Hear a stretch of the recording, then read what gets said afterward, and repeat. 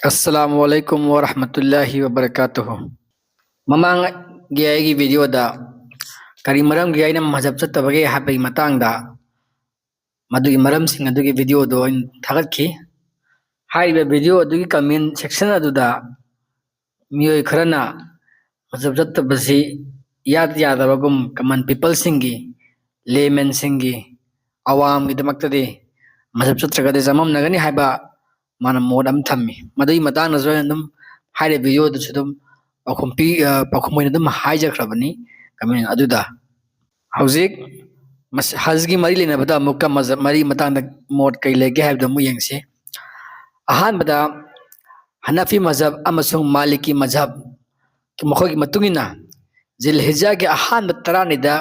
qurbani gi niyat leirabasu sam kakpa khujin kakpada karisu kaide haram natte sini aduga ni subada shafi mazhab ki matungina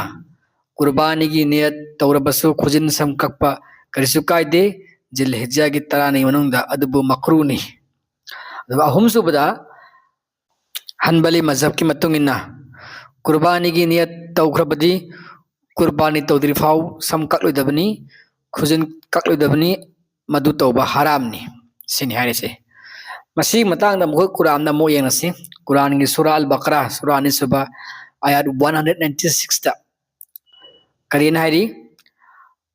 aduga naru kokanu na khoigi na koksingdo qurbani gi sadu na yaudri fawba mahaki qurbani tawfamdo sini aduga maka hadis tagi amu yengse kanagumba amana qurbani tawdabu oiradi sam khujin kakloidabani qurbani tawdri fawba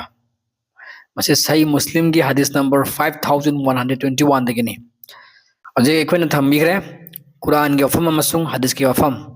aduga imam mari gi wafam da hoji am aje hangba hangdi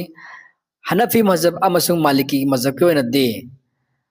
hajiki hariba jilhazni gi tarani da jilhaz ki ahan tarani da qurbani gi niyat leirabasu sam kakpa khujin kakpada kasu kaide haibasima safi gi namaka kari hairi madu makruni haiba ma adagi maga ahum subada hanbali mazhab ni kari hairi madu haram ni haiba ma si hojik quran gi afam amazung hadis gi afam ain thamikre madui matungin na makha tarakpada aina hajening bade mazhab mari gi manungda hanafi maliki shafi gi oina de qurbani gi tawdrina sam khujin kakrabasu madu haram natisine adubu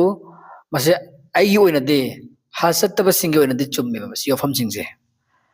hasattaba singi oina de chumme ba azki hanafi maliki shafi moi akhum na harise hasattaba yumda qurbani tawba singi di qurbani tawdringai gi mamangda khujin sam kakhibada akai kasu lekte masida makru haiba karim to lekte tawgi musung haji singda qurbani gi qurbani tawdringai da sam khujin am takarudabani masi mathakki quran ge ayat asi sakhine ana hasattaba singi orade yumda leiba singi orade masi karimta akai baite masi gi maril leinate mazhab mari gi manungda naitom tariba hanbali gi matung inadi qurbani tawdringai da sam khujin kakpa yade haram ni haribase haji singi oinadi chummeba adubu yumdo qurbani tawba singda suni hairagadi madu aran ba gadodubni maramdi quran gi haira san sakhine ofam ase haji singda haibani sini aikoina mazhab mari jabat taragadi kamain tawgani si mayam singse amana amma zakani amma zakani ba aduna quran amasung hadis tagi yang taragadi akoi mod am tang oigani rayam tang oigani ba aduna akoi quran da allah na haibadu insi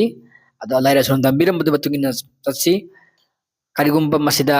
akoi imam maru adu ada wen thamko makoi sing adu achau chau scholar ne alim ni matam dugi scholar haibase alim haibase sahi kumja adum lakadab leire pokadab leire dunia sida aduna makoi sing adu akoi latna akoi moi matung ilimen yana dana kanna amaduda aranba asoiba mayam du adu chummin ya lai taragadi qur'an no hadis yengdana adai taragada akoi dum gomra ojab tapni maran du kana gi akoi gi ma mari gi oi mam dai akoi gi leiriba quran sha da leiriba yumthong kutim tu quran leiriba miyamna लाना चप तारगदि अखोई इमाम दन दुहार में मौलाना दन दुहार में लेइ तारगदि मदु मागे मारानी माना खंजबनी आई आराम चचगे हाइन माना खंजबनी माना कुरान चचगे ने खनब नते अदुने मतंग असिदा मसी सियालु संजरगे अस्सलामु अलैकुम वरहमतुल्लाहि वबरकातुहु।